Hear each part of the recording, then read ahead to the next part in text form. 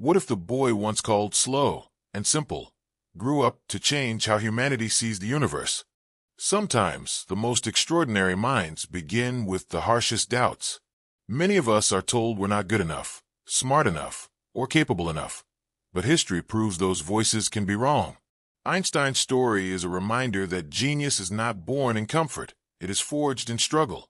Picture a young Albert Einstein, silent, misunderstood, even considered a failure by his teachers. His mind wandered beyond classrooms, beyond rules, searching for answers that no one else dared to ask. He worked ordinary jobs, even as a patent clerk, scribbling equations in the quiet corners of his day. While others dismissed him, Einstein carried a burning question. What if I could chase light itself? And so he did. With no wealth, no title, no promise of success, he pursued the mysteries of time, space, and energy. The world once laughed at him, but soon, the same world bowed in awe as his theories reshaped reality. Einstein's life is proof. Greatness is not about where you start. It's about refusing to let doubt define your finish. The classroom smelled faintly of chalk and ink, the kind of smell that lingers in old schools, heavy with routine and discipline. The morning sun slanted through tall windows, cutting bright stripes across wooden desks, where restless children tapped their feet, whispered, and laughed. Their voices blended into a steady hum of youth. Yet in the corner, by the largest window, sat a boy who did not hum, did not whisper, did not laugh. His name was Albert. He sat there with his head slightly tilted, as though listening to something that no one else could hear. His eyes, deep and searching, followed the path of the dust motes suspended in the light.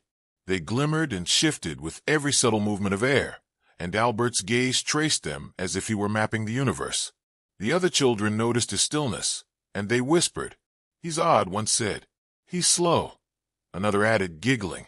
The words didn't seem to pierce him, but they echoed all the same. At the blackboard, the teacher tapped her chalk sharply, irritation carving lines into her face. "Albert," she called, louder this time. "Albert Einstein. Pay attention. You'll never amount to anything if you keep staring out that window." The words hung heavy, drawing snickers from his classmates. Some craned their necks just to see his reaction. But Albert didn't flinch, didn't argue. Instead, his eyes drifted back to the light, quietly absorbing what others ignored. It wasn't laziness. It wasn't rebellion. Inside his mind, questions roared louder than the teacher's scolding voice. Why does the light bend at the glass like that? Does it always travel straight? Could time itself bend, just as the sunlight seems to? These weren't the questions of a boy uninterested in learning. They were the questions of a boy searching for truths beyond what the classroom could offer. But no one else could see it. To them, he was a silent child, an underachiever, a misfit. When school ended, Albert walked home at a slower pace than the others. He heard their laughter behind him, sharp and careless. Sometimes they called him names. Stupid. Strange. Daydreamer. The words pressed against him like stones in his pocket, weighing him down. He kicked at the dust on the road, eyes fixed on the ground. Yet, even then, part of his mind wandered elsewhere. He thought of the compass his father once showed him, the needle forever pointing north, guided by an invisible force. He thought of the toy soldiers he had lined up, imagining them moving faster than any child could run. These small wonders were treasures to him, though no one else seemed to care. At home, silence followed. His mother, gentle but worried, studied him with cautious eyes. She feared he might never fit in. His father sighed heavily after long days of work, shaking his head when Albert failed to recite lessons quickly. Relatives whispered concerns. He speaks so slowly. Will he ever learn properly? Albert overheard enough to understand. He knew what they thought of him. And yet, in those quiet hours when the world assumed he was lost in nothingness, Albert's imagination burned like fire. He was building worlds within himself, worlds no one else could enter. In his silence lived experiments. In his stillness, visions. While others memorized facts for the next test, Albert was imagining riding on a beam of light, soaring across the universe. The pain of being misunderstood ran deep, though. Each time a teacher dismissed him, each time a classmate laughed, each time a family member worried aloud, It added a layer of doubt. Maybe he really wasn't enough. Maybe his silence was weakness, not strength. On cold nights, lying awake in his small room, these doubts pressed in. Yet even then, his mind refused to rest. The compass needle turned in his imagination. The light bent across the window pane. Time stretched and contracted in ways that only he could see. In those lonely years, Albert learned something profound. Silence was not emptiness. Silence was preparation. The world looked at him and saw a boy too strange, too slow, too different. But inside, he was gathering questions powerful enough to challenge the universe itself. His silence was not surrender. It was the gathering storm before a revolution. One day, as the children in class chattered loudly and the teacher droned on about lessons Albert had already dismissed as meaningless, he placed his hands flat against the desk and closed his eyes. In that moment, he imagined himself chasing a ray of light, running alongside it across endless skies. What would happen if he could catch it? Would time stop? Would the world freeze? These visions would later become the foundations of theories that would shake science forever. But in that small, quiet classroom, all anyone saw was a boy lost in a dream. The irony was sharp. The same teachers who told him he would never achieve anything, the same classmates who laughed at his silence, would one day live in a world redefined by his mind. They would read his name in newspapers, hear it whispered with reverence in universities, and see it carved into history. Yet here, in this moment, Albert Einstein was just a misunderstood child, mocked, doubted, and silenced by the weight of others' judgments. But the truth was already alive in him. The misunderstood child carried in his silence the seeds of genius. History would remember what the classroom could not see, that the boy staring out the window was not absent at all. He was watching the universe unfold. The house at night carried its own kind of silence, not the peaceful, comforting silence that lulled most families into rest, but a silence heavy with unspoken worry. Albert lay in his small bed near the corner of the room, staring at the ceiling where the moonlight carved pale shapes across the plaster. His parents believed he was asleep, but sleep rarely came to him easily. Thoughts pressed against his mind like waves against a shoreline. Questions, puzzles, images. The silence of the house felt thick, but inside him there was endless noise. His mother would check in quietly, standing in the doorway for a moment before pulling the blanket a little higher over his shoulders. She loved her son fiercely, but love could not erase fear. He was different. He did not speak like other children, did not respond quickly, did not laugh loudly. Relatives whispered that he might be dull, or worse, incapable of ever living a normal life. His mother rejected their judgment in public, but alone, she worried. She saw his eyes drifting to places beyond the room, as though he belonged somewhere far away, and it frightened her. His father, on the other hand, was less patient, a man pressed by financial strain. He needed his son to be strong, to succeed, to find a place in the world. Each time Albert failed to respond to a simple question, or hesitated to recite words as quickly as his cousins, his father's disappointment grew. "You must learn faster," he said one evening, voice sharp. "The world does not wait for slow boys, Albert." The word stung, though Albert said nothing. He rarely did. In his silence, he imagined instead. He imagined tiny invisible threads pulling the stars across the night sky. He imagined invisible hands tugging at the compass needle. He imagined himself floating weightlessly between planets. His silence was not emptiness, it was exploration. But to his father, silence looked like failure. At school, the misunderstanding deepened. The teacher's voice was sharp, their patience thin. Albert struggled not because he could not learn, but because he could not simply accept facts without reason. Why memorize meaningless dates without understanding their cause? Why repeat words without questioning their truth? He wanted to know, not just to recite, but the system had no place for such curiosity. His refusal to conform was seen as laziness. His questions were treated as defiance. "Einstein," one teacher muttered, shaking his head, "will never be anything but a distraction in this classroom." Another wrote in his report card, "He shows little promise. A slow learner." These judgments, penned in ink, carried weight that followed him home. His father read them with tight lips, his mother with quiet tears. And Albert, still silent, carried them like invisible stones pressing against his chest. The ridicule of classmates became sharper as the years passed. During recess, while others played, Albert often stood apart, lost in thought. "Why don't you talk, Einstein?" they jeered. "Why don't you run with us?" He smiled faintly sometimes, but more often, he turned away. It was easier to retreat into the universe in his head than to fight against a world determined to misunderstand him.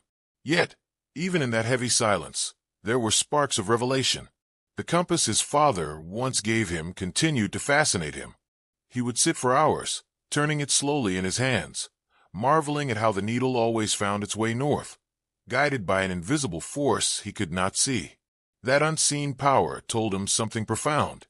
Not all truths could be measured by the naked eye. Some forces, some realities, existed beyond what ordinary minds accepted. The silence of his youth was shaping him. It gave him time others never used. It forced him inward, into imagination, into questioning. While others laughed at him for being slow, he was quietly building a habit of thinking deeper, of wondering further, of refusing the surface answers. The very silence that others mocked was becoming the soil where genius would grow. But as a boy, the weight was almost unbearable.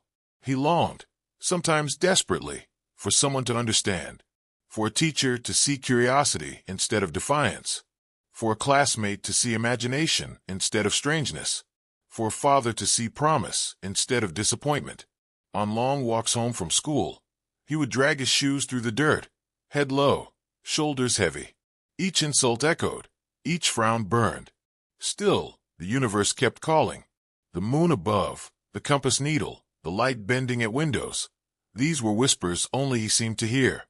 And though silence surrounded him, he began to realize something. Maybe silence was not his prison. Maybe it was his sanctuary. Maybe in this quiet, misunderstood existence, he was being prepared for something greater than the voices around him could ever imagine. One evening, as he sat alone by the dim lamp in the study, he traced the faint light with his finger across the table. The thought came again, clear and wild.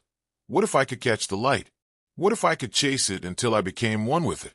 His lips curved into the faintest smile, though no one saw. The house remained heavy with silence, his father still doubtful, his mother still worried. But in that moment, in that small room, Albert Einstein felt something stir inside him. It was the beginning of belief, not in himself as others saw him, but in the vast, unseen world only he could imagine. The schoolhouse creaked with the weight of countless footsteps, the echo of discipline pressed into its very walls. Rows of battered wooden desks filled the room, each etched with years of idle carvings from restless hands, hearts, initials, crude drawings of animals and faces. Albert's desk was no different, though his marks were not playful doodles. They were quiet scratches, lines, angles, little experiments of geometry carved by a boy who preferred thought over conversation. That morning, the air was heavy. Rain tapped against the windows, blurring the view of the town outside. Children fidgeted, eager to escape into games and chatter. The teacher, stern and exhausted, tried to command the room. Lessons spilled across the blackboard in neat chalk lines, facts and dates demanded by curriculum. To most children, they were just another set of burdens to memorize. To Albert, they were meaningless without reason. Einstein. The teacher's voice rang out suddenly, sharp against the restless air. "Stand up. Recite the passage." Albert rose slowly, the old desk groaning as he pushed back his chair. His dark hair fell untidily across his forehead, his eyes fixed on the floor. He hesitated. He hadn't memorized the passage. He couldn't. Not because his mind was empty, but because his heart rebelled against repetition without purpose. Why memorize what could not explain the why behind it? "Well," the teacher snapped, impatience flashing. Silence. Giggles broke out across the room. Boys at the back snickered. Girls covered their mouths, but couldn't hide their amusement. To them, Albert was the odd one again, the boy who couldn't do the simplest thing. The teacher's face hardened. "Sit down," he said coldly. "You waste everyone's time." Albert lowered himself back into his chair, his face burning though he said nothing. The desk beneath his palms felt rough, the carvings digging into his skin like proof of his failure. He traced them absently with his fingers, wishing he could disappear. The laughter still echoed in his ears long after the room had quieted again. But as the lesson droned on, his eyes drifted once more to the window. Outside, raindrops streaked down the glass, chasing each other in crooked, bending lines. He leaned closer, studying the way they curved, how their paths changed when they collided. Even in humiliation, his mind refused to stop asking questions. Why does water move this way? What unseen rules guide its path? When the bell rang, the children rushed out into the rain, splashing and shouting with freedom. Albert lingered. He pressed his hand against the desk, noticing a crack that split across its surface.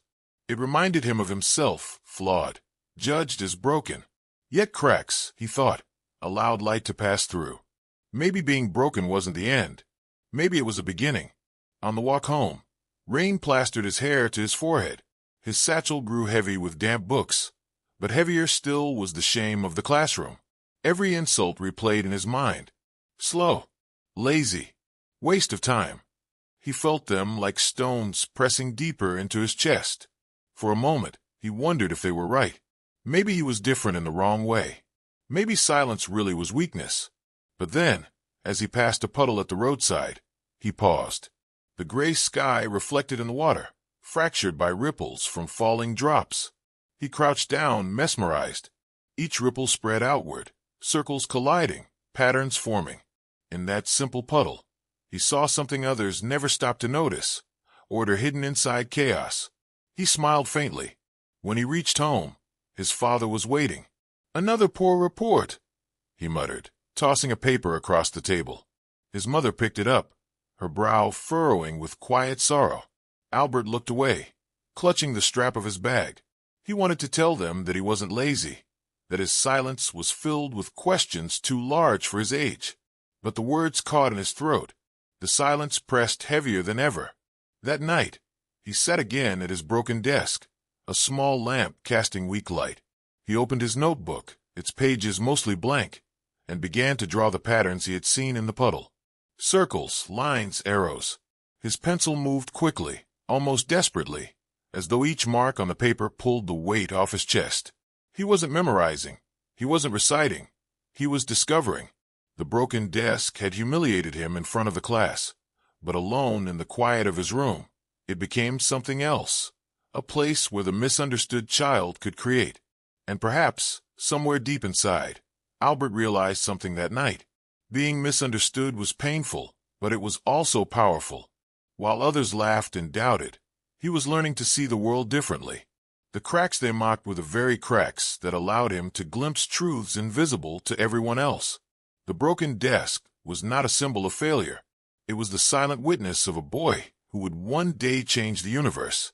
The playground was supposed to be a place of laughter, a place where children let loose the energy pent up inside four walls of chalkboards and scoldings. Wooden swings creaked, boots kicked up dirt, and voices rang high and careless against the sky. But for Albert, the playground was no sanctuary. It was another stage where his silence set him apart. He stood near the edge of the yard, hands stuffed in his pockets, eyes drifting between the tumbling clouds above and the compass he secretly carried in his coat. The other boys shouted as they chased each other in circles, the game shifting rules every few minutes, with no one minding the chaos.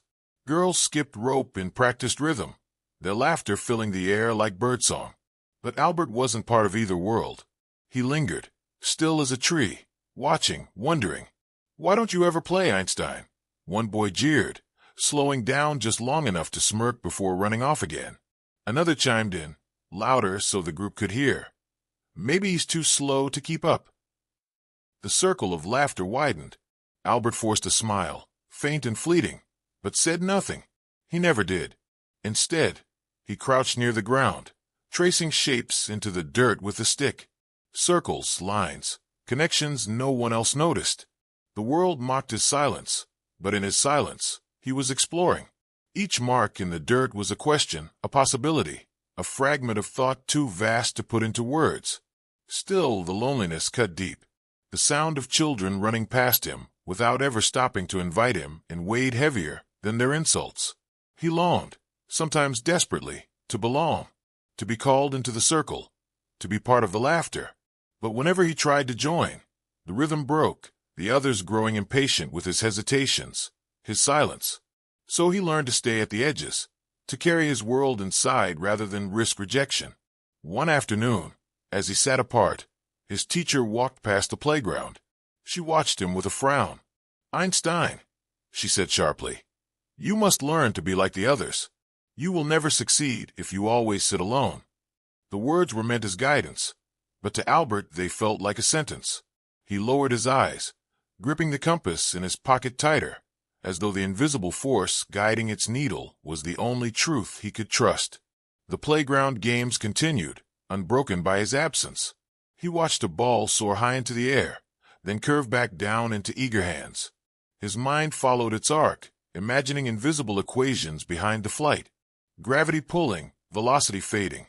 He could see the science inside the play, but the others only saw a boy too strange to join.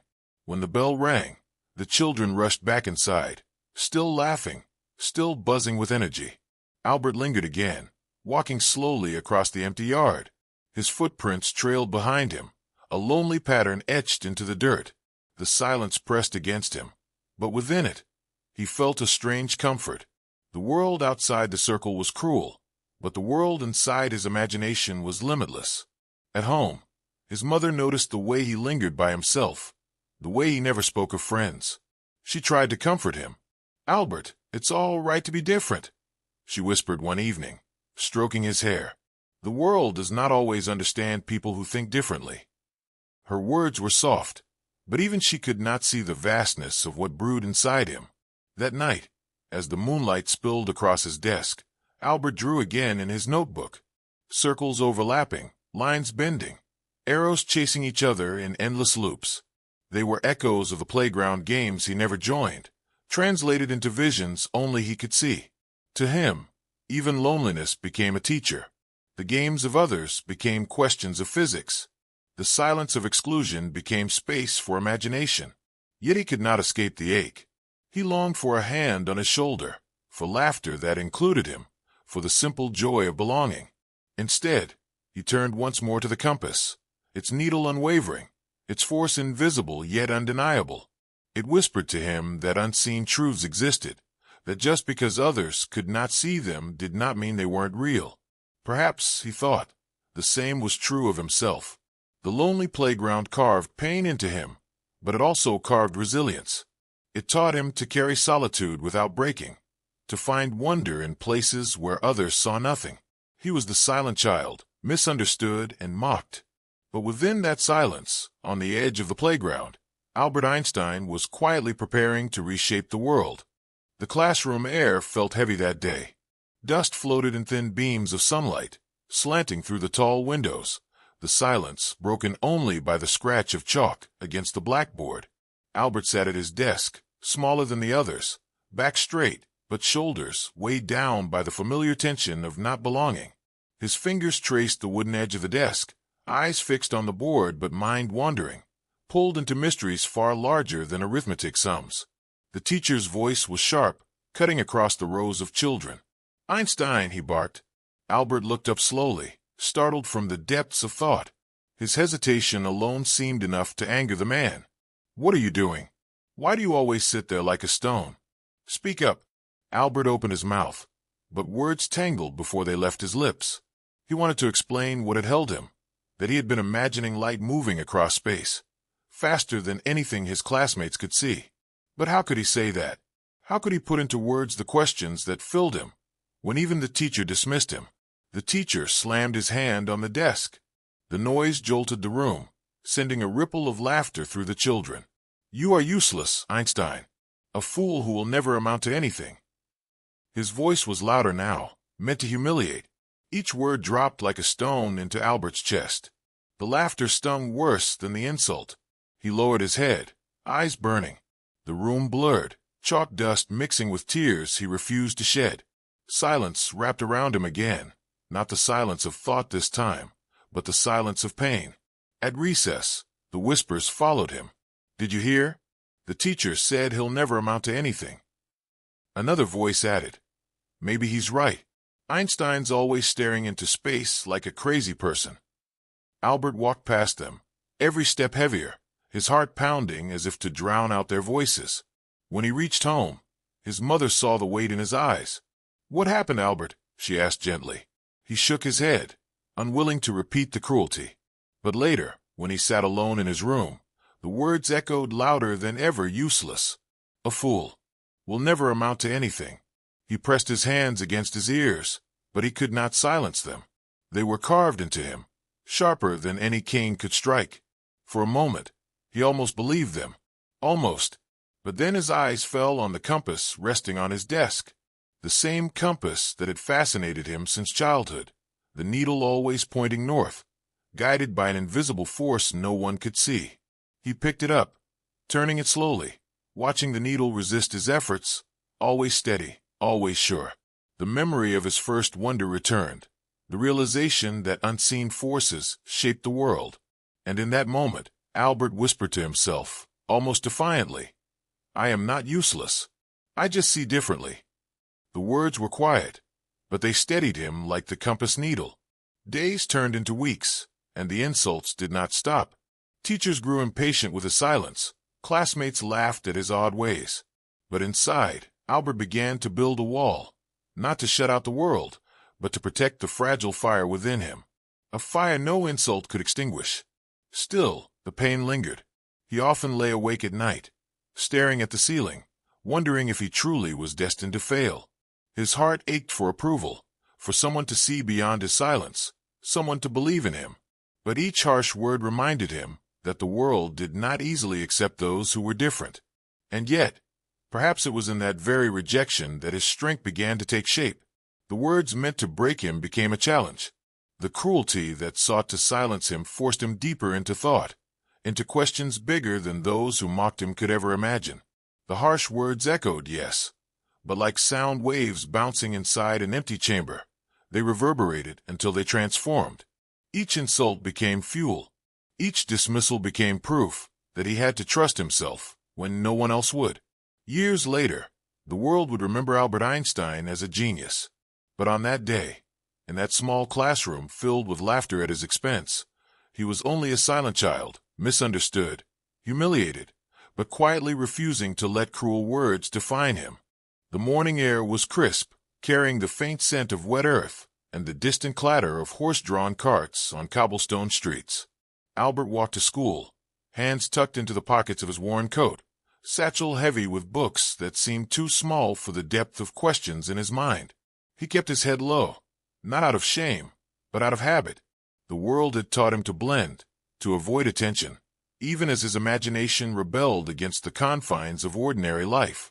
Inside the classroom, the teacher's voice droned across the room, a monotone of dates and rules. The other children scribbled, their pencils moving with predictable rhythm, heads nodding obediently at facts they would forget the next day. Albert's desk, near the window, seemed to glow with possibility. While the others wrote, he traced invisible lines in the air, imagining the paths planets might take, or the way light could bend through a prism. "Einstein!" The teacher barked suddenly, "Focus!" Albert lifted his eyes briefly, meeting the gaze of authority, but his thoughts were elsewhere. He wanted to respond, to explain that he was thinking, not defying, but the words seemed inadequate. Instead, he nodded once, almost imperceptibly, and returned to his internal exploration. It was during moments like these that Albert's quiet rebellion took shape, not with words, not with defiance, but through the subtle refusal to accept the world as it was presented. While the teacher demanded memorization, he memorized nothing. While the others repeated facts, he sought understanding. His rebellion was silent but fierce, a private revolution waged in the theater of his mind.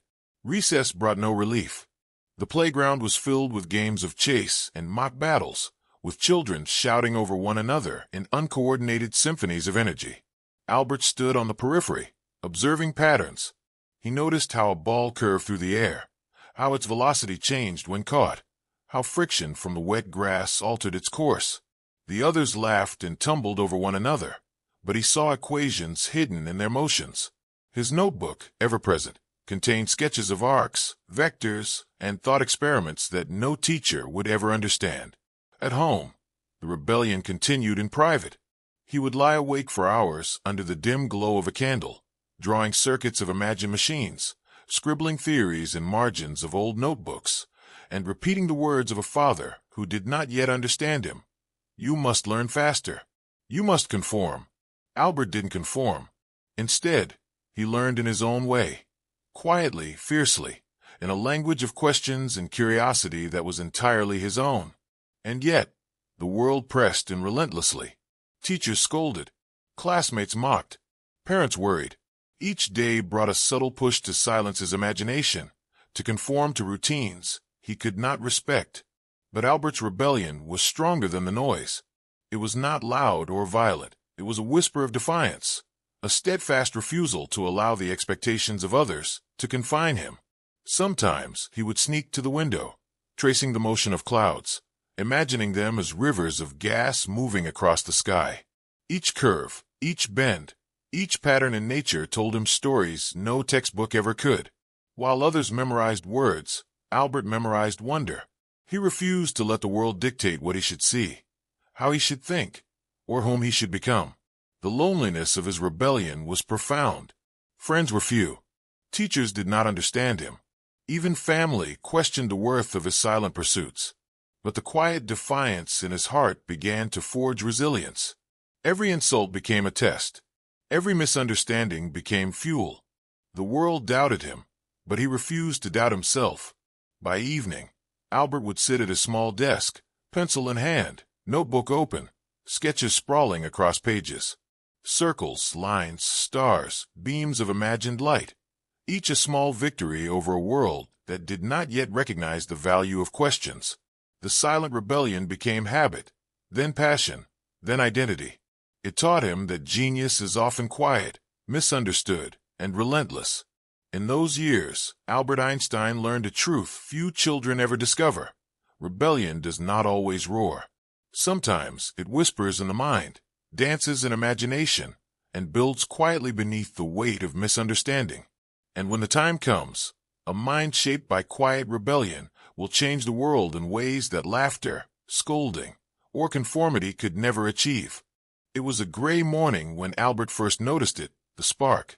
Not a literal flame, but something far more powerful, something that ignited a fire in his mind that could never be extinguished. He was seated at his desk, fingers tapping nervously against the wooden surface, eyes drifting toward the window where rain traced delicate patterns on the glass. The classroom was filled with the usual chorus of chatter and complaint, but Albert's mind was elsewhere, chasing ideas no one else could see. The teacher was explaining a basic principle of physics, motion, velocity, acceleration. To the other children, it was a tedious repetition of things they would forget by the afternoon. To Albert, it was as though the words unlocked a door in his mind. Suddenly, the movement of the ball in the playground, the drifting compass needle, the falling rain, all of it connected. The world had rules, patterns, and invisible forces, and he could see them, feel them, almost touch them in his imagination. He leaned forward, pencil poised, sketching circles, arrows, tiny diagrams, trying to capture the invisible motion around him. The teacher noticed. "Einstein, are you listening?" she asked sharply. Albert looked up, startled, but then the realization hit him. This is it. This is why I've been watching, wondering, thinking. The world has secrets I can discover. The spark was exhilarating, but terrifying. It whispered of responsibility, of challenges, of the immense gulf between him and everyone else. Could he pursue this curiosity without ridicule, without being called strange or foolish? The thought made his chest tighten. Yet the fire inside him would not be denied. He returned to his sketches, lines overlapping, circles spinning, arrows pointing toward invisible forces he could almost see. At home, Albert's notebooks grew heavier with every day. The spark ignited more questions. He wondered why magnets pulled metal, why planets moved in precise orbits, why light seemed to bend when passing through glass. These weren't questions the adults around him could answer. His father, busy with work, only shook his head at the endless curiosity. His mother worried that he spent too much time in thought, neglecting simple lessons of reading and writing. But Albert could not stop. The spark had taken hold, a fire that demanded fuel. In the evenings, he experimented quietly, laying out strings, magnets, and compasses on the floor of his small room. He observed, measured, imagined. He drew, erased, redrew. Each experiment, however tiny, was a victory. Each observation, a new connection. In silence, he began to see the world differently. Patterns revealed themselves where others saw only chaos. Order appeared where adults dismissed things as meaningless. The spark also ignited self-awareness. Albert realized that being misunderstood was part of the journey. The laughter of classmates, the impatience of teachers, the doubts of family, they were not barriers, but challenges to be overcome. The quiet fire inside him whispered, "You are different, yes, but that difference is your strength." One night, the spark became a beacon. Albert traced the path of sunlight across the ceiling, imagining riding alongside it at impossible speed. He imagined racing time itself, racing light, feeling the universe stretch and bend around him. The boundaries of ordinary thought dissolved. He understood something profound. The world is not as it appears, and neither am I. Silence is not weakness. Curiosity is not folly. Imagination is power. That spark would grow into a flame over the coming years, guiding him through ridicule, doubt, and struggle. Every misunderstood moment, every quiet hour spent alone, every insult and sneer, these would fuel the fire that would make Albert Einstein one of the greatest minds the world had ever known. The first spark was small, hidden, delicate, but unstoppable. It was the beginning of discovery, the beginning of genius. And in the quiet corner of a small, gray classroom, a misunderstood child whispered to himself, unaware that his thoughts would one day illuminate the entire world. The afternoon sun streamed weakly through the classroom windows, casting long shadows across the rows of desks. Children rustled, tapping pencils and shuffling papers, but Albert sat quietly at the corner desk, his eyes fixed on a small compass he had hidden in his satchel. The metal needle trembled slightly with anticipation, as if it too sensed that something extraordinary was about to unfold. This was more than curiosity. It was purpose. Albert had been gathering questions for weeks, months even, quietly observing the world while everyone else raced through memorized facts and repetitive lessons. Now, the time had come for his first experiment, a test, a challenge, a small rebellion against ignorance. He arranged a few items on the desktop, a tiny magnet, a piece of iron, and the compass. The other children noticed his intense focus and snickered. "What is he doing now?" one whispered. "Probably trying to play magician," another said. Albert ignored them. He had learned long ago that their laughter could not touch him. The world he was about to explore existed far beyond the teasing of classmates. He lifted the magnet carefully and placed it near the compass. The needle quivered, then shifted, pointing with precision to a direction that was invisible yet undeniable. Albert's pulse quickened. He leaned closer, tracing the movements with his finger, noting the subtleties, the tiny deflections. Why does it move? What invisible force guides it? Questions swirled in his mind like planets orbiting an unseen sun. The teacher noticed and approached, frowning. "Einstein, what are you doing?" he demanded. Albert hesitated, then pointed to the compass. "I'm observing. I want to see how it moves," he said quietly. The teacher shook his head, dismissing him with a wave of his hand. "Stop wasting time and take notes on the lesson. This is not playtime." But Albert ignored him. The first experiment was already underway in his mind. He rotated the magnet, altered its position, observed the needle's subtle shifts. In every movement he saw a principle, a law, a story of forces unseen yet real. He sketched diagrams quickly, trying to capture the invisible ballet. The children whispered again, calling him names, mocking the stillness of his focus. Yet Albert did not flinch. In that moment, he understood something vital. Understanding the world often required ignoring the world's opinion. To follow a question to its answer, one must sometimes sit alone, misunderstood, facing only curiosity and the courage to seek truth. Hours passed unnoticed. The other children grew bored, packed up their things, and left for home. The teacher gave up and returned to his desk, muttering under his breath. Albert remained, eyes bright with discovery, hands trembling with exhilaration. The first experiment was simple by the world's measure, almost trivial, a compass and a magnet. But for Albert, it was a revelation. It was proof that invisible forces governed the universe, and that his mind could begin to understand them. When he returned home that evening, he could barely contain his excitement. He described the movements, the shifts, the defiance of the compass needle in response to unseen power. His parents nodded politely, unsure of how to react. To them, it was an odd curiosity, a child's fascination.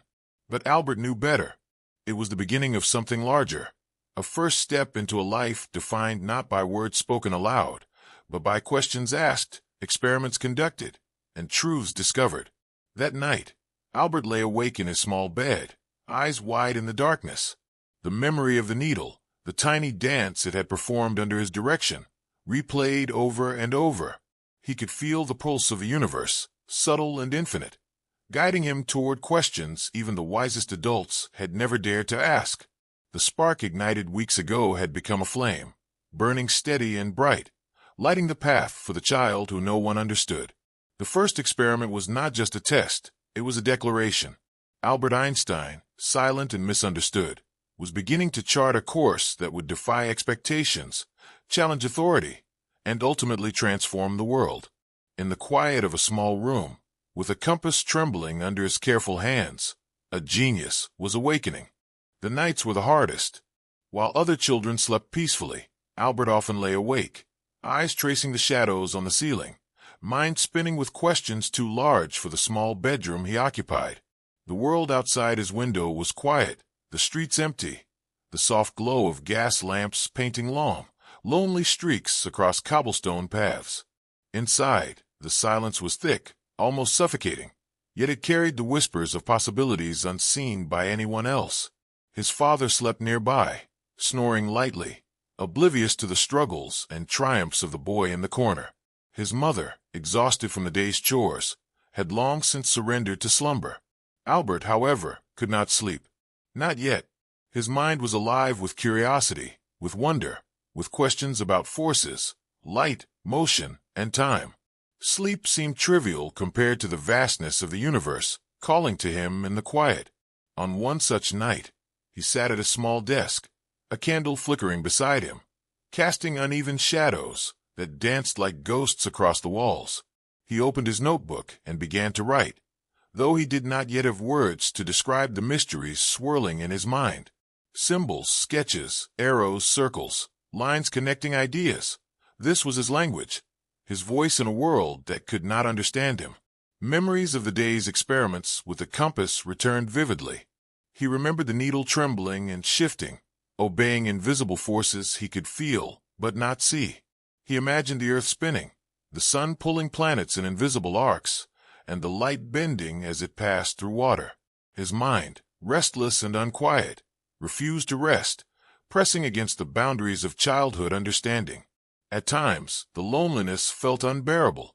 He longed for someone to understand, for a teacher to notice not just his silence, but his thoughts, for a friend to see the fire in his eyes. But night after night, there was only quiet, only the soft scratching of pencil on paper, only the whispering of the universe into the ears of a boy too young, too misunderstood, to fully grasp it. Yet in this solitude, Albert found freedom. There were no cruel words from teachers, no teasing laughter from classmates, no impatient sighs from his father. Only the universe and him, in a silent conversation spanning distance, light, and invisible forces. He began to experiment further, imagining ways to measure things unseen, to understand the patterns that governed everything. Every night was a laboratory, every shadow a teacher, every quiet moment a step closer to understanding. He sometimes held the compass close, feeling the needle resist his influence, marveling at the certainty with which it found north. It was a comfort, a reminder that the world had rules, and that understanding them was possible even if the path was lonely. He scribbled notes furiously, erased them, redrew, reshaped his sketches again and again. Mistakes were not failures, they were lessons. Misunderstanding was not a barrier, it was a teacher. One night, he allowed himself a moment of wonder. He imagined traveling alongside a beam of light, faster than anyone could run, witnessing the world from a perspective no other human could experience. The idea thrilled him and terrified him in equal measure. For a boy so small, so silent, the universe seemed boundless, infinite, and waiting. Through the lonely nights, Albert developed patience, observation, and focus. While others slept, he trained his mind to notice patterns, to ask questions, to imagine possibilities no one else saw. These hours of isolation were forging the foundation of a genius yet to be recognized. The world outside demanded conformity, but in the dark, Albert learned to think freely, without fear, without judgment. By the time dawn crept across the horizon, painting the sky in muted shades of orange and gray, Albert would often be exhausted, yet exhilarated. His eyes would finally close, though his mind never truly rested. The lonely nights, full of questions and quiet experiments, were shaping him into someone extraordinary. They were teaching him a truth that would guide him for life. Solitude is not weakness, and silence is not emptiness. In them lies the power to imagine, to create, and ultimately, to change the world. It was an ordinary morning, the kind that most children barely noticed. Sunlight filtered through tall, dusty windows, scattering across the wooden floors of the classroom in soft, golden streaks. The air smelled faintly of chalk and damp coats, mingling with the restless energy of students preparing for another day of routine lessons. Albert sat at his corner desk, as always, his posture straight, but mind elsewhere. His notebook was open, pencil in hand, filled with sketches and diagrams that no one else could understand. The teacher, Frau Hoffmann, was known for her strictness, yet she carried a quiet curiosity of her own. She had watched Albert for weeks, noting the way his eyes lingered on small details, the way his hand moved across paper, the subtle intensity with which he observed the world. Unlike others, she saw more than silence. She saw the spark of something extraordinary. "Einstein," she said one morning, approaching his desk, her voice gentle but firm. "May I see what you're working on?" Albert looked up, startled. Usually, questions from adults were followed by scolding, correction, or dismissal. He hesitated, unsure if this was another test. But Frau Hoffmann's gaze held patience, not impatience. Slowly, he handed her his notebook. She scanned the pages, tracing lines, curves, and arrows that mapped invisible forces, patterns, and ideas far beyond his years. Her eyes widened slightly, though her expression remained calm. She did not laugh. She did not dismiss. Instead, she asked questions, subtle and probing, encouraging Albert to explain what he saw, to articulate the invisible world he had captured on paper. For the first time, Albert realized that someone truly understood him. Someone was not just listening to his words, but observing his thoughts, his curiosity, his imagination. The validation was overwhelming yet comforting. A quiet sense of pride filled him, mingled with relief. He was not broken, not foolish, not lost. He was different, and that difference was powerful. The classroom, once a place of mockery and judgment, became a space of discovery. Under Frau Hoffmann's guidance, Albert began to experiment more openly. He conducted small experiments with magnets, light, and motion, recording observations meticulously. The teacher provided subtle guidance, never overwhelming, allowing him to explore while offering the occasional suggestion that pushed him further. The other students noticed a change.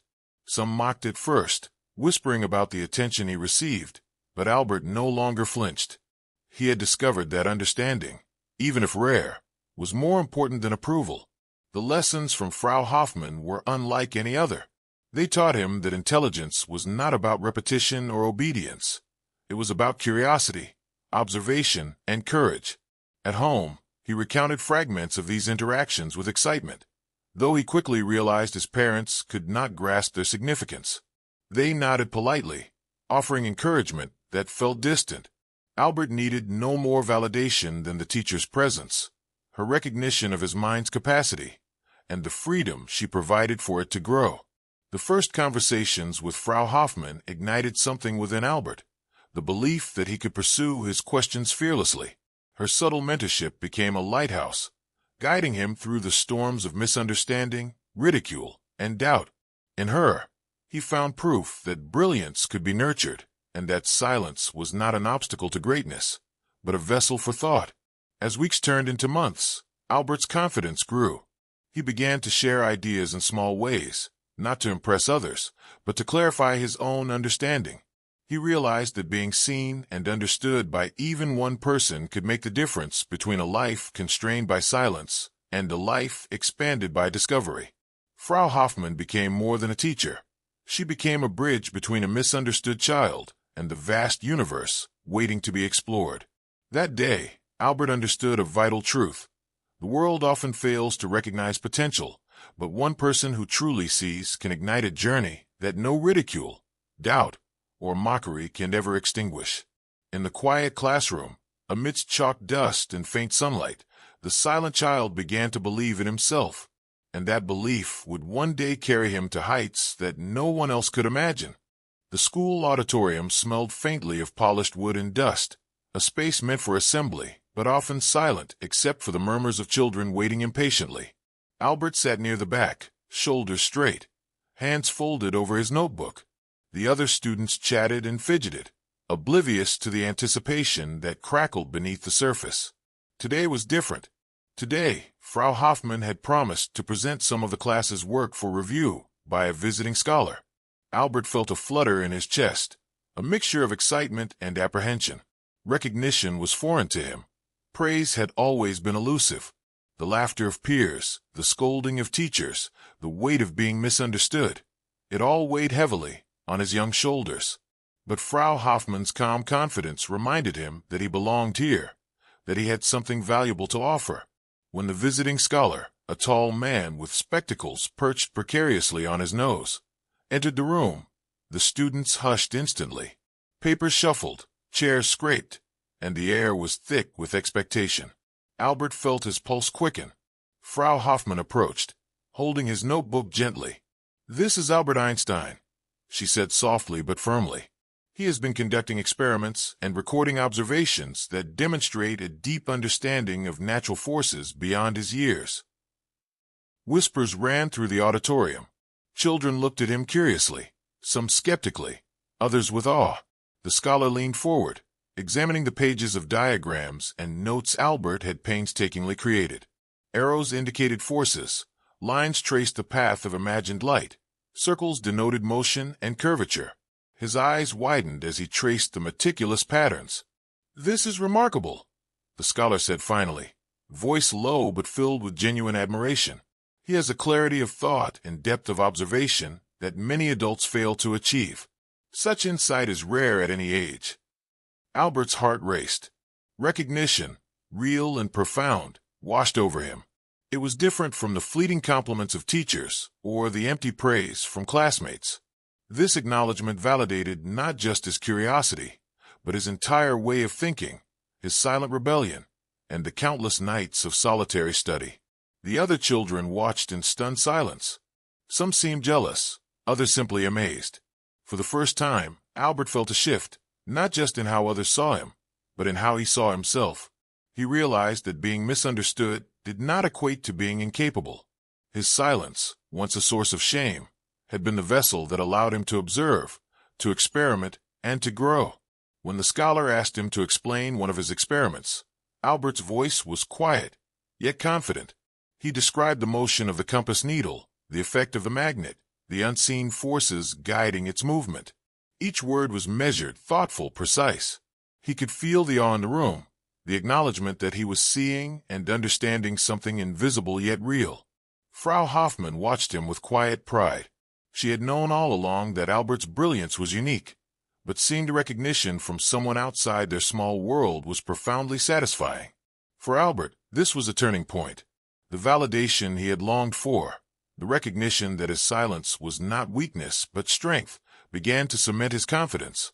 After the visit, Albert returned to his corner desk, his notebook open, sketches sprawling across the pages. The first recognition had lit a new fire. It was not a fire fueled by applause or superficial praise. It was a fire of purpose, of belief, of understanding that his path, though lonely and misunderstood, was meaningful. That evening, as he lay in bed, Albert reflected on the day. The whispers, the stares, the doubts, they had not disappeared, but they no longer defined him. He had been seen, truly seen, and in that recognition, he discovered an invaluable truth. The world may misunderstand you, mock you, or doubt you, but the right acknowledgement at the right moment can ignite a journey that no obstacles can halt. The first recognition was subtle, yet profound.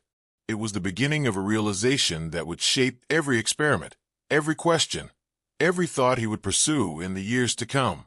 Albert Einstein, the silent child, misunderstood by so many, had glimpsed the power of validation, and it lit a path toward greatness that would one day illuminate the world. The schoolyard was alive with energy, a cacophony of laughter, shouting, and running footsteps. The sun cast long shadows across the dirt, and the air smelled of wet grass and freshly swept chalk dust. Albert walked along the edge of the playground, notebook tucked under his arm, eyes scanning the motions of the children around him.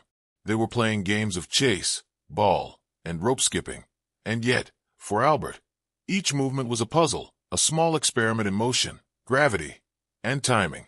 But the world of peers was never simple. Some children watched him with curiosity, others with disdain. His first recognition by the visiting scholar had not gone unnoticed, and now a subtle tension followed him wherever he moved. Whispers ran like threads through the playground. "Look at him, showing off again. Does he really think he's smarter than us?"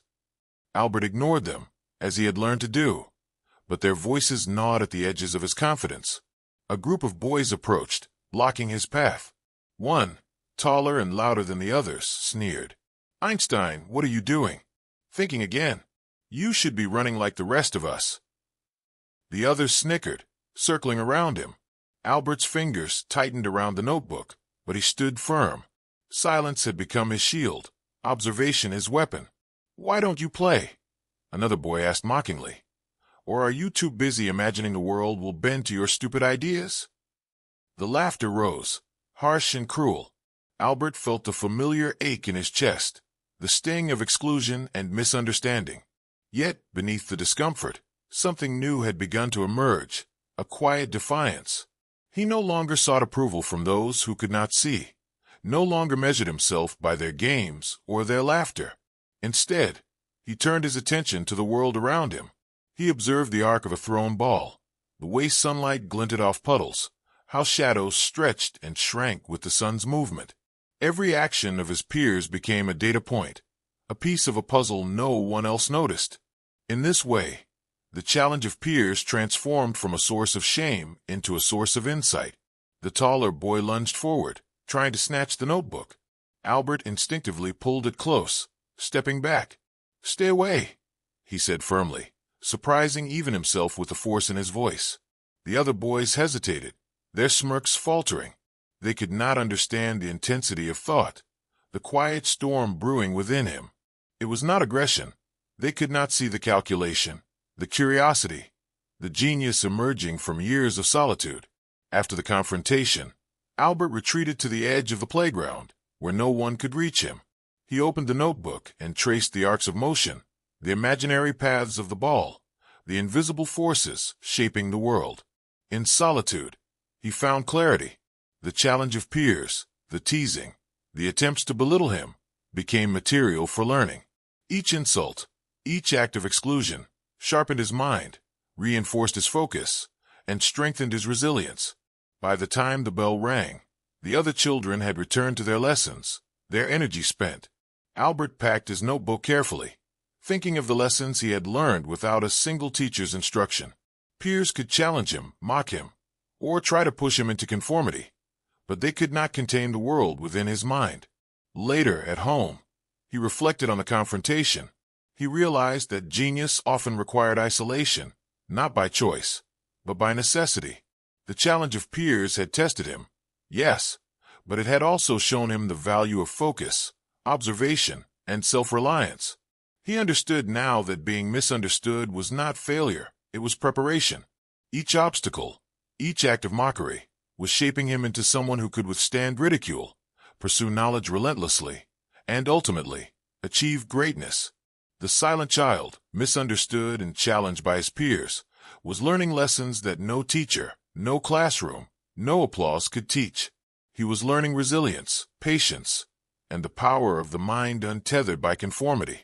And in the quiet, observing the motions of those around him, Albert Einstein's genius continued to take root, ready to grow beyond the understanding of anyone who had ever doubted him. The classroom was quiet, a rare hush that seemed to press against the walls like a gentle weight. Albert sat at his desk, notebook open, pencil in hand, fully absorbed in his latest observations. Outside, sunlight filtered through the high windows, scattering across the floor and illuminating dust motes that floated lazily in the still air. Today felt different. There was a sense of anticipation, subtle but undeniable, in the way the light touched his pages and in the quiet hum of concentration around him. For weeks, Albert had been quietly perfecting a small experiment he had devised on his own, a simple demonstration of magnetic forces and motion.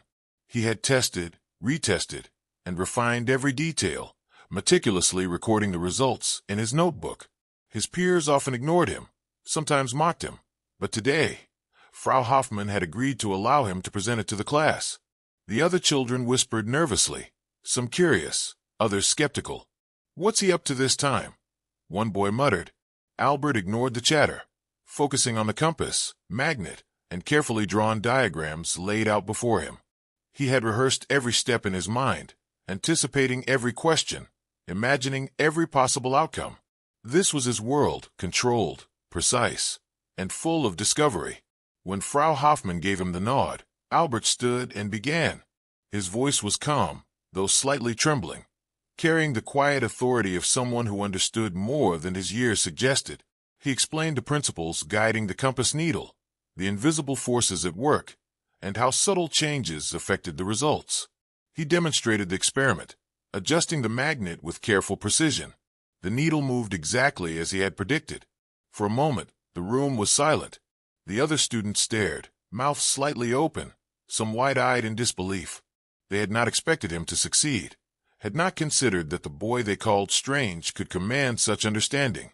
Frau Hoffmann watched with quiet pride, her subtle smile conveying more encouragement than any words could. "This is remarkable, Albert," she said softly, almost reverently. "You've shown a clear understanding of forces and motion that surpasses what most students achieve at this age." The praise was different from any recognition Albert had received before. It was not fleeting applause or shallow compliment. It was acknowledgement of understanding, of thought, of effort. In that small moment, he realized the power of persistence, focus, and quiet determination. The small victory was not just in the success of the experiment, but in the affirmation that his methods, his curiosity, and his mind mattered. The other children began to ask questions, some genuinely intrigued, others still doubtful. Albert answered patiently, demonstrating calculations, showing diagrams, explaining the observations he had painstakingly recorded. By the end, even the skeptics nodded, their whispers replaced by a new kind of respect, quiet and hesitant but real. Later, as Albert packed his notebook, he felt a subtle warmth inside, a satisfaction deeper than any fleeting praise. The small victory had proven something essential, that understanding, patience, and dedication could triumph over mockery, doubt, and misunderstanding. He realized that greatness often begins with small steps, small experiments, and the courage to stand firm in one's own curiosity. At home that evening, he recounted the events to his mother, who listened with gentle interest. "You did well," she said, though she did not fully grasp the depth of what he had achieved. But Albert didn't need her full understanding. He had seen it himself, experienced it firsthand. The small victory was his alone, and would echo in his mind as a reminder that each step forward, however minor it seemed, was part of a much larger journey. The day ended quietly, with Albert lying in bed, eyes wide open, thinking about forces, motion, and the invisible patterns that governed the universe. The small victory, achieved in a modest classroom, would become the foundation for his relentless pursuit of knowledge.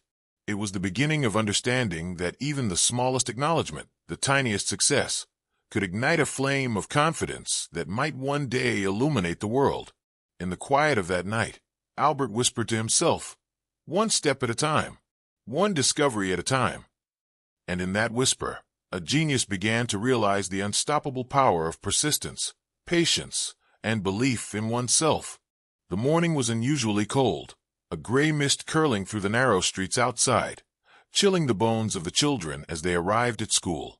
Albert walked briskly, notebook clutched tightly under his arm, mind alive with thoughts of his latest experiments. Yet a sense of unease settled over him, a feeling he was not yet fully familiar with, the weight of an imminent challenge. In the classroom, the teacher's instructions were routine, but today, the principal had announced a new initiative, a science contest to determine which student could demonstrate the most innovative experiment. Excitement rippled through the room, yet for Albert, the announcement brought a different sensation: pressure. Recognition had been sweet, small victories comforting, but a public test of skill, intelligence, and ingenuity was a different realm altogether. Peers whispered among themselves, forming alliances, joking about who would win. Some of the more confident students sneered at Albert, muttering, "He's good with that compass stuff, but can he really compete?" The words, intended to unsettle him, only fueled a quiet determination. He had learned that challenges were tests not just of skill, but of patience, focus, and resilience. Albert retreated to his corner, opening his notebook. Sketches of magnets, compasses, pendulums, and light beams sprawled across the pages. He considered the possibilities carefully, weighing the risks, imagining outcomes, refining ideas. This challenge was not just about winning. It was a proving ground, a measure of his ability to trust his mind and observations over the ridicule or expectations of others. Days passed in quiet preparation. While other children practiced demonstrations they barely understood, Albert immersed himself fully in experimentation. Every step was deliberate, every measurement precise. He tested, refined, corrected, and repeated. He simulated scenarios in his mind, envisioning the experiment's success and the invisible forces that would make it work. The process was exhausting yet exhilarating, pushing the limits of focus, patience, and imagination he had cultivated over years of solitary study. The day of the contest arrived, and the auditorium buzzed with anticipation. Parents, teachers, and students filled the benches, eyes wide with curiosity and expectation. Albert felt the familiar flutter of nervousness, but also a deep, steady excitement. He had prepared not to impress others, but to explore and demonstrate the truths he had discovered. When his turn came, he approached the demonstration table with calm precision. Hands steady, he laid out his instruments, a compass, a small magnet, and a series of diagrams he had drawn to visualize the experiment. As he conducted it, the compass needle responded exactly as predicted, following invisible forces with precise, subtle shifts. Albert explained the principles behind the movement, the reasoning, and the calculations with quiet confidence. The audience was silent at first, absorbing the complexity and accuracy of the demonstration. Then came the applause, hesitant at first, then stronger. The judges, including the visiting scholar from months before, nodded with respect. This was not mere entertainment, it was mastery. Albert had taken the challenge, and he had met it not with arrogance, but with knowledge, patience, and self-belief. Peers who had mocked him watched in awe. They realized that his quiet, misunderstood nature had been a mask for extraordinary ability. The challenge, meant to intimidate him, instead revealed the depth of his genius and the power of silent, relentless preparation. Albert's small victories, his observations, and his solitary experiments had culminated in this moment, proving that persistence, curiosity, and focus could overcome any external doubt. That night, as he lay in bed, Albert reflected on the first real challenge he had faced. The fear, anticipation, and scrutiny had tested him, yet he had emerged stronger, more confident, and even more determined. He understood now that life would continually present challenges, some public, some personal, but each one was an opportunity to refine, to grow, and to demonstrate the strength of his mind. The first challenge was more than a contest. It was a lesson in resilience, focus, and self-trust. It solidified a truth Albert would carry throughout his life. Challenges are not obstacles to fear, but opportunities to rise, to discover, and to prove the potential that lies within, even when misunderstood by the world.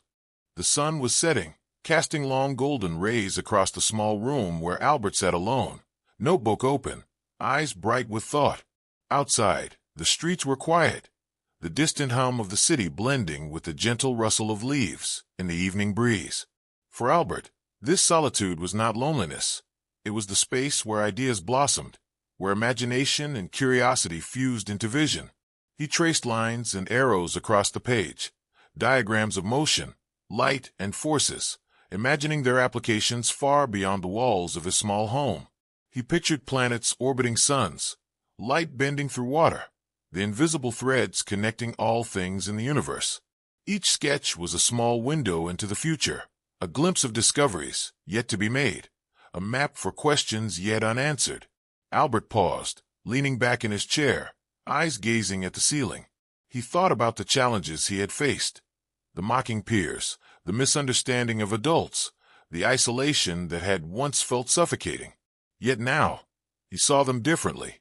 Each obstacle had sharpened his mind. Each moment of doubt had fueled determination.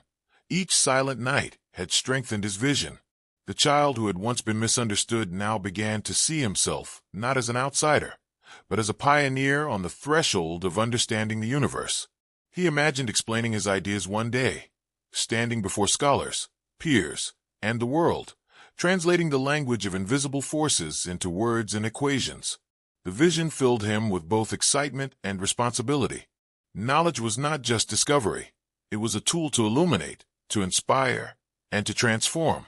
And though he was still small, still silent, he realized that vision and imagination were his allies, more powerful than any mockery or misunderstanding he had endured. The flame that had started with a spark, the fascination with a compass, the observation of simple forces, the quiet experiments conducted in solitude, had grown into a steady fire. He could feel it guiding him, shaping him, urging him toward questions and insights beyond what he had dared imagine. It was a vision of tomorrow, one where understanding and imagination could change the way the world saw itself. Albert's mind wandered, imagining light traveling across the universe, time stretching and bending, the principles of motion governing galaxies and stars. The questions that had once seemed impossible now felt like doors, waiting to be opened with patience, observation, and courage. He understood that genius was not just brilliance in thought, but the vision to see beyond what others perceived, and the persistence to pursue it tirelessly. As the last rays of sunlight faded, he closed his notebook for a brief moment, feeling a sense of calm and purpose. The journey ahead would be long and filled with doubt, criticism, and challenge, but the vision of tomorrow gave him courage. The silent child, once misunderstood, now understood the power of his own mind. He realized that imagination, persistence, and courage could light a path, not only for himself, but for the entire world. In the stillness of the evening, Albert whispered to himself, "The world is waiting. I will see it differently. I will understand it." And in that whisper lay the promise of a lifetime, a vision of discovery, creativity, and the relentless pursuit of knowledge that would one day make Albert Einstein a name known and revered across the globe. The vision of tomorrow was not abstract. It was alive, vibrant, and unfolding with each question he asked, each experiment he conducted, and each silent, contemplative hour he spent imagining the universe. From the misunderstood, silent child, a genius was emerging, ready to illuminate the world with the light of insight and the power of unwavering curiosity. As we reflect on Albert's journey, let's notice some useful English vocabulary and expressions woven naturally into his story. Misunderstood. Albert was misunderstood, meaning people could not see or appreciate his potential. Use it when someone's intentions or talents are not recognized. Solitude. He found power in solitude, or being alone, which gave him focus and clarity. It's not loneliness, it's intentional time for reflection. Persistence. The story repeatedly shows his persistence, meaning continuous effort despite challenges. Example: success requires persistence, even when others doubt you. Invisible forces. Albert's curiosity was about invisible forces, things that exist but cannot be seen. You can use this metaphorically for unseen challenges or principles in life. Validation. Recognition from Frau Hoffman gave Albert a sense of validation, meaning affirmation that his work or ideas mattered. Relentless pursuit. He moved forward with relentless pursuit, or never-ending dedication toward understanding the universe. Defiance. He displayed quiet defiance against mockery, meaning respectful resistance against negativity or unjust treatment. A small victory. Even minor achievements, like his first successful experiment, are called small victories and can build confidence over time. These words and phrases are not just vocabulary. They're tools to describe perseverance, courage, and intellectual curiosity in English. By using them in sentences, you can convey emotion, action, and motivation naturally. Albert Einstein's story is not just about science. It's about life lessons we can all apply. Embrace your uniqueness. Being misunderstood or silent does not mean you are weak. Your mind and perspective are your superpower. Persistence overcomes doubt. Consistent effort, even in the face of mockery or challenges, leads to breakthroughs. Small steps matter. Seek mentors who see your potential. One person's belief in you can ignite a lifelong journey of confidence and discovery. Use solitude as a strength. Quiet moments for reflection and thought are essential for creativity and clarity. Celebrate small victories. Each achievement, however minor it seems, builds momentum toward greater success. Imagine a young boy, silent and overlooked, tracing the trembling needle of a compass in a quiet classroom. That boy became a man whose thoughts reshaped our understanding of the universe. His story reminds us that silence does not mean weakness, solitude does not mean loneliness, and being misunderstood does not mean you lack value. Every question you ask, every challenge you face, and every small victory you achieve is a step toward your extraordinary potential. So, let today be your moment of reflection. Embrace your curiosity, trust your journey, and move forward with relentless courage. Like Albert, the world may not see your brilliance at first, but one day, your vision will illuminate paths for generations to come.